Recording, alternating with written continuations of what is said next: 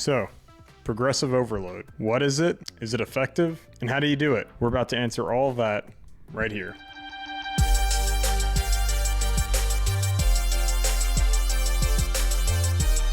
What's up, guys? It's Zach James, and today we're going to talk about progressive overload. So first, we're going to talk about the general overview of what progressive overload is. I'm then going to give you a study that kind of backs up its utility. After that, I'm going to give you a common rebuttal some people give against progressive overload. And then finally, I'm going to give you some examples so you can easily apply this to your training regimen. So first, what is progressive overload? An easy way to think about progressive overload is that you are slowly increasing the intensity of a workout. Now, the reason this concept is super important is because your muscles grow and develop because they have to adapt to whatever stress you put on them. So if you always do the same exercise or the same intensity over and over again, never increase, say, the rep range or the weight, then you're probably not going to get stronger. And again, we're going to go over specific examples at the end of the video. The good thing about this topic is that it's not too hard to understand and implement into your training regimen. Now, before we go into any specifics, I want to go over a recent study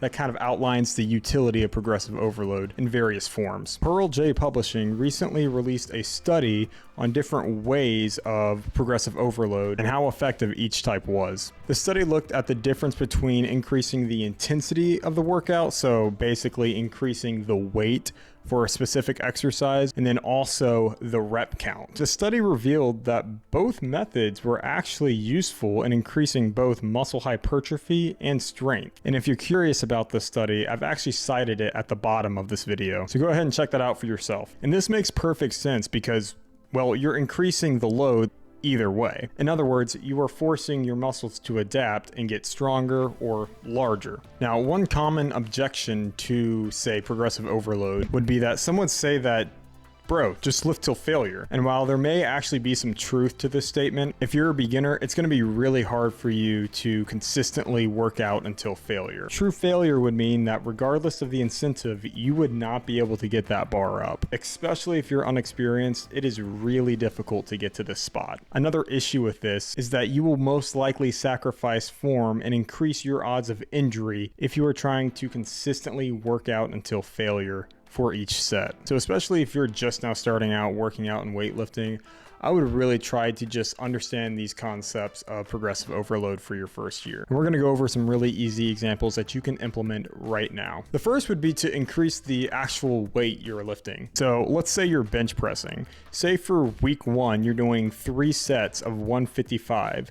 And then what you would do for the next week is increase that weight by 5 pounds. So you would do 3 sets of 8 reps of 160 for bench press. And you would just continually repeat this throughout the next couple of weeks. Now, I will admit, this is actually really rapid progress specifically for bench press. So you're probably not going to get these gains, but you may be able to increase by 5 every 3 weeks. And that's just something you're just going to have to mess around with. It takes time. Now, the second thing that you can do, also as the study stated, is you can increase the rep count. So say we're doing a barbell curl. Maybe for the first week, you pick a weight and you do 4 sets of 6 reps.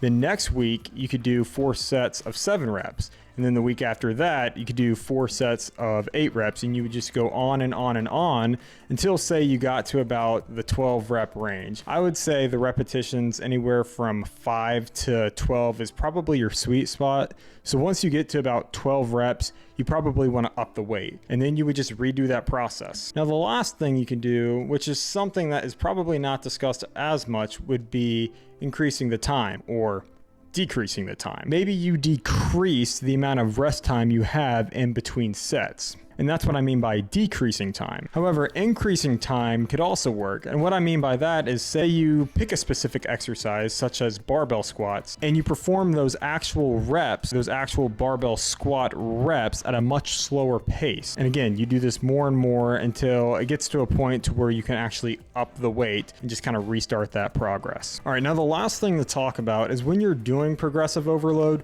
you must not sacrifice your form. Again, sacrificing the form to an exercise can greatly increase the probability of you getting an injury. I know it can kind of be tempting to see how much weight you can kind of throw around, but you have to understand that if you get injured, it's going to cause you to not be able to work out, and you will ultimately lose your strength and gains because of it. And that is why it is highly, highly important to not sacrifice the form. Doing this will reduce the probability of you getting an injury while also allowing you to make long-term, steady progress with your strength and muscle gains. And guys, that's actually really it. There's no need to overcomplicate it more than that. So I hope that helps. If you have any questions, please leave a comment down below. And if this video was useful to you, I would greatly appreciate a like. And also don't forget to subscribe for future content. All right, guys, I'll see you in the next video.